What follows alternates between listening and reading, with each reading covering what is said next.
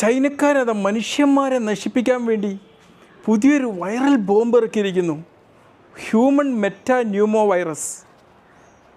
2021 ആദ്യമായി ഐഡൻറ്റിഫൈ ചെയ്തൊരു വൈറസ്. ഇന്നല്ല, അത് മുമ്പേ ഐഡൻറ്റിഫൈ ചെയ്തൊരു വൈറസ്. ഒരുപാട് പേർക്ക് റെസ്പിറേറ്ററി ഇൻഫെക്ഷനും എയർവേ ഇൻഫെക്ഷനും ഉണ്ടാക്കുന്ന ഒരു വൈറസ്. RSV അല്ലെങ്കിൽ റെസ്പിറേറ്ററി സിൻസിഷ്യൽ വൈറസിനോട് സാമ്യതയുള്ള ഒരു വൈറസ്.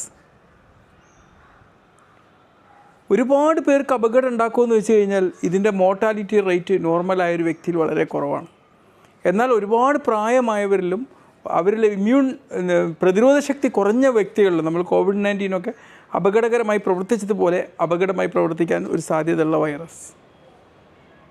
കുട്ടികളിലും കുറച്ച് സീരിയസ് ആവാൻ സാധ്യത, എല്ലാവർക്കും ഒന്നുമില്ല, വളരെ കുറച്ച് പേർക്ക് സാധ്യതയുള്ള ഒരു വൈറസ്. തീർച്ചയായിട്ടും ഇതിനെക്കുറിച്ച് കുറച്ച് കാര്യങ്ങൾ പറയാൻ ഞാൻ ആഗ്രഹിക്കുകയാണ്. ഹ്യൂമൻ മെറ്റാന്യൂമോ വൈറൽ ബാധ ഉണ്ടായിക്കഴിഞ്ഞാൽ കാണിക്കുന്ന ലക്ഷണങ്ങൾ എന്തൊക്കെയാണ്? ചുമ, മൂക്കൊലിപ്പ്, ചിലർക്ക് ശ്വാസമുട്ടുണ്ടാക്കും. ഈ ആസ്മയൊക്കെയുള്ള രോഗികളാണെങ്കിൽ അവർക്ക് കുറച്ചുകൂടിയും ഈ ശ്വാസം മുട്ടലൊക്കെ കൂടുതലായിട്ട് അനുഭവപ്പെടുന്ന ഒരു സാഹചര്യം ഉണ്ടാകും. പനി, തൊണ്ടവേദന, സാധാരണ ഒരു റെസ്പിറേറ്ററി ഇൻഫെക്ഷനിൽ അല്ലെങ്കിൽ സാധാരണ ഒരു വൈറൽ റെസ്പിറേറ്ററി ട്രാക്ക് ഇൻഫെക്ഷനിൽ കാണുന്ന ലക്ഷണങ്ങളൊക്കെ തന്നെയാണ് ഇതിലും കാണിക്കുന്നത്. ഒരു കോമൺ കോൾഡിലൊക്കെ കാണുന്ന ലക്ഷണങ്ങൾ തന്നെയാണ് കാണിക്കുന്നത്.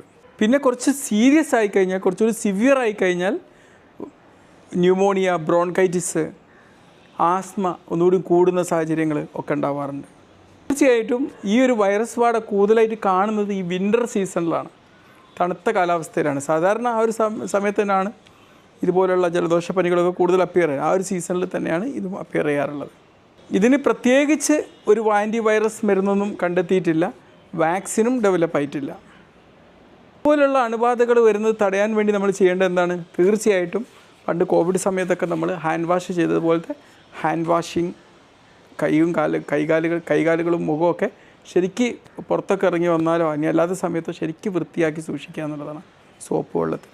പിന്നെ ഇത് റിപ്പോർട്ട് ചെയ്യപ്പെട്ട് കഴിഞ്ഞാൽ ആ ഭാഗത്ത് മാസ്ക് ഉപയോഗിക്കുക, ക്രൗഡഡ് പ്ലേസിലോട്ടൊക്കെ പോകുമ്പോൾ. പിന്നെ